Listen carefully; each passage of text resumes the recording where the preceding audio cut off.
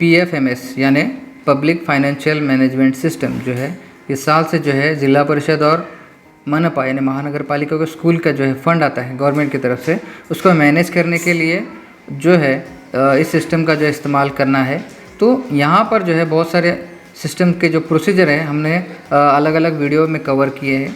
आज के इस वीडियो में हम देखेंगे कि पासवर्ड अगर आपको याद नहीं है या कुछ अलग वजह से आप पासवर्ड भूल चुके हैं, या एक वजह ऐसे हो सकता है कि जब हमने रजिस्टर किया मेकर और चेकर, लेकिन हमने वहाँ पर मेल सही डाला है, मोबाइल नंबर भी सही डाला है, लेकिन हमें मेल पर जो है डिफ़ॉल्ट पासवर्ड नहीं आया। उस वक्त में क्या करेंगे? हमने वेट किया लेकिन फिर भी जो है हमें हमारे मेल पर जो है डिफ़ॉल्ट पासवर्ड नहीं आया। उस वक्त हमने फॉरगॉट पासवर्ड के ज़रिए से जो है वापस हमने अपने मोबाइल नंबर पर OTP के ज़रिए से एक नया पासवर्ड जनरेट किया। आज देखेंगे कि हमें फॉरगॉट पासवर्ड यानी हमें हमारा पासवर्ड किस तरह से लेना है, तो इसके लिए क्या प्रोसीजर रहेगी आज के इस वीडियो में हम देखेंगे। तो सबसे पहले देखिए, जैसे कि PFMS की जो हमारी मेन साइट है वहाँ से जाना है लॉगिन पर, ठीक है। जैसे लॉगिन करेंगे, फर्स्ट पेज पे खोलेंगे, लॉगिन करेंगे, याद रहे मेन लॉगिन पे आना है, आपको मेन पेज पे आना है और यहाँ पे फॉरगॉट पासवर्ड इस टैब पर क्लिक करेंगे। अब क्लिक करने के बाद देखिए यहाँ पर यूज़र आईडी, आपने लॉगिन आईडी, याद रहे हमने डिफ़ॉल्ट जो लॉगिन आईडी हमने खुद जनरेट किया था, जैसे कि यहाँ पर हमने डाटा अप्रूवर का जो है हमें पासवर्ड जनरेट नहीं हुआ था, तो हमने क्या किया, यहाँ पर डिफ़ॉल्ट जो लॉगिन आईडी है उसको हमने टाइप किया और वेरीफाई लॉगिन आईडी पे इस बटन पे क्लिक किया। जैसे वेरीफाई लॉगिन आईडी पे क्लिक किया, याद रखें यहाँ पर देखें your user name is approved, please click on continue button after entering captcha, यानी क्या करना पड़ेगा हमें, अब कैप्चा जो है फिल करेंगे और कंटिन्यू पे क्लिक करेंगे। तो याद रहे यहाँ पे दिखा रहा है हमें ऊपर देखिए लॉगिन आईडी, उसके बाद आपका जो मेल आईडी क्या है और मोबाइल नंबर क्या है।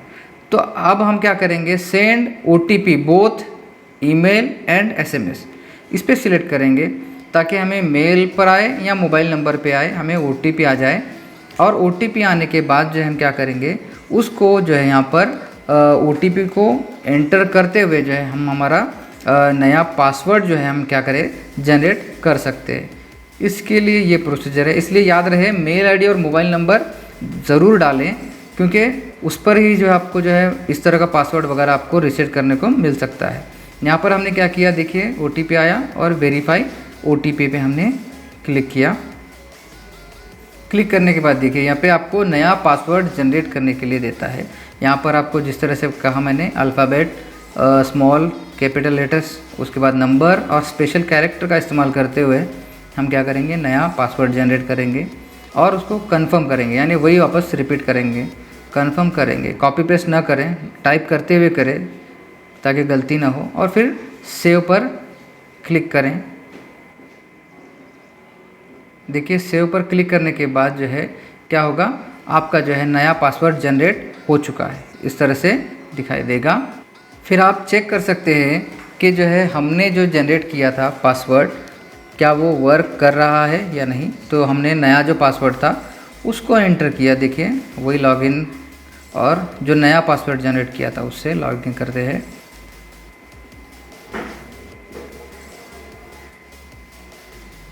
हमने लॉगिन आईडी और पासवर्ड एंटर किया, उसके बाद लॉगिन इस बटन पे जैसे क्लिक करते हैं, देखिए इस तरह से जो है हमारा नया पासवर्ड, हालांकि पहली बार पासवर्ड ईमेल पे नहीं आया था, लेकिन इस प्रोसीजर के ज़रिए से हम हमारा जो है नया पासवर्ड जनरेट आसानी से कर सकते हैं। वीडियो को देखने के लिए बहुत बहुत धन्यवाद। इस तरह के और भी वीडियो हमने PFMS के जो प्रॉब्लम्स हैं या नया जो प्रोसीजर है उसके ताल्लुक़ से बनाए हुए, उसको भी आप जाकर चेक कर सकते हैं।